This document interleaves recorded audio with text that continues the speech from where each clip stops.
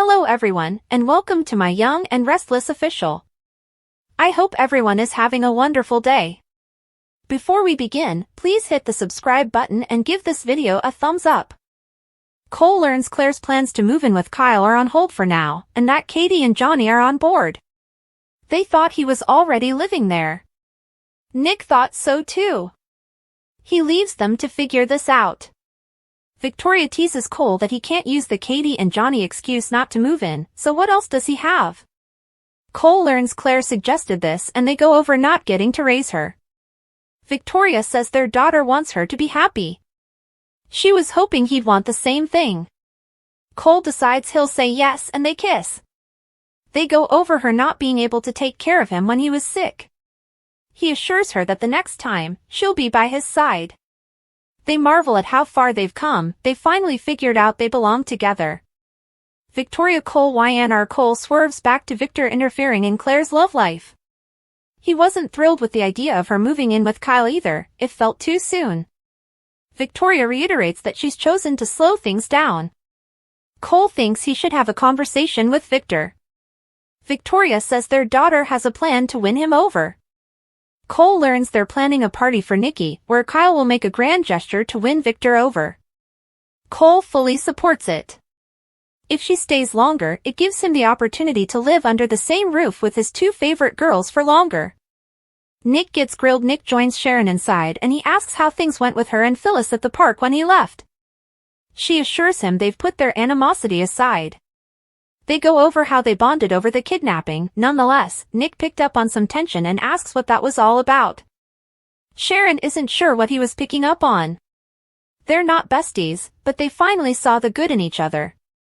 She asks Nick to be honest, does he wish he and Phyllis were a couple again? Nick Sharon YNR Nick says he and Phyllis aren't getting back together. Why would she ask that?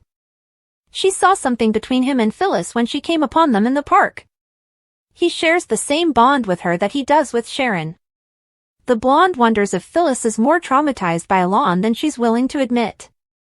She'll burn everything down in her life before she admits she needs help. Nick is drawn to that like a moth to a flame. That's what I'm sensing, Nick. Am I right? Nick Sharon YNR Nick says Phyllis is strong. Sharon is too, but that doesn't mean she can't break.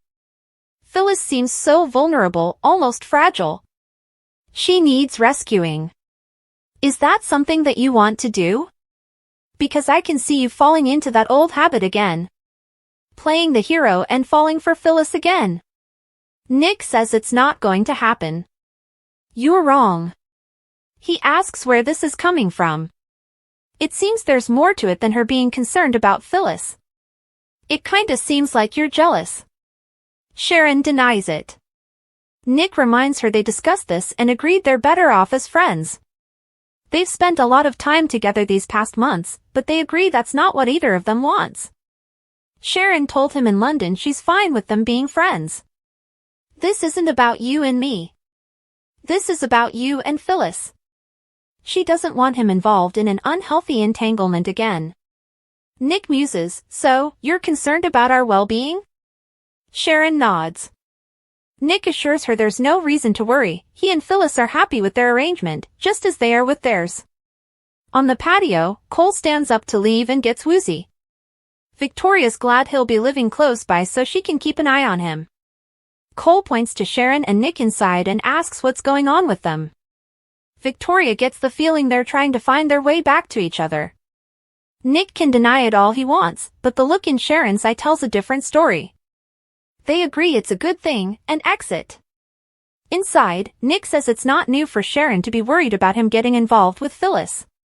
He's enjoying seeing the two of them not fight. Sharon teases if he misses them fighting over them. Nick has accepted that he's a better friend to them than husband. No more messy entanglements. Sharon asks if it's okay for them to have dinner. Nick says of course. They don't have to stress over what it means or where it might lead. Sharon teases that she can help them figure out the two forks. What are friends for?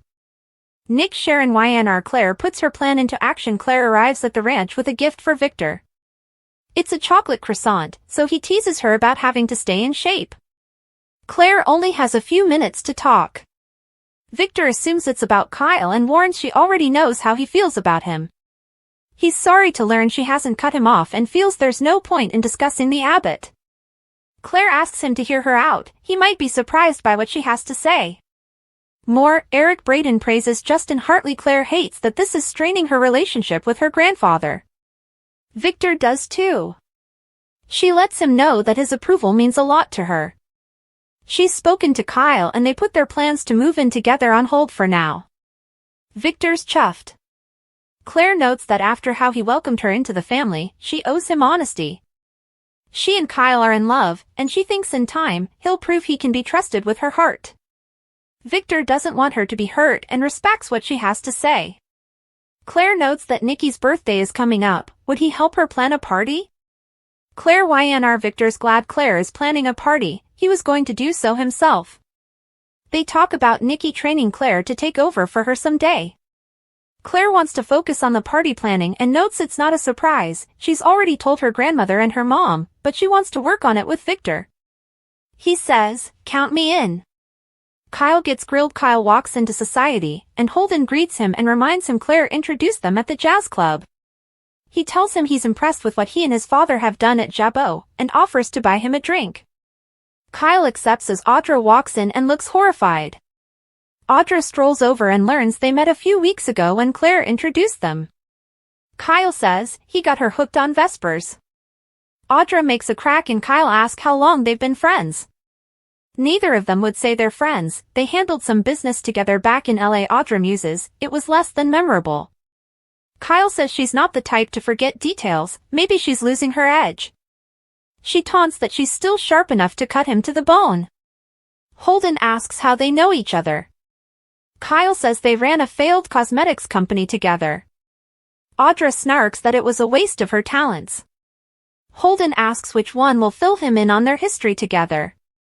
Audra. Kyle Holden YNR Kyle says the time he and Audra spent together is over too. They've moved on. He tells Audra there's no point in Jabot and Vibrante fighting.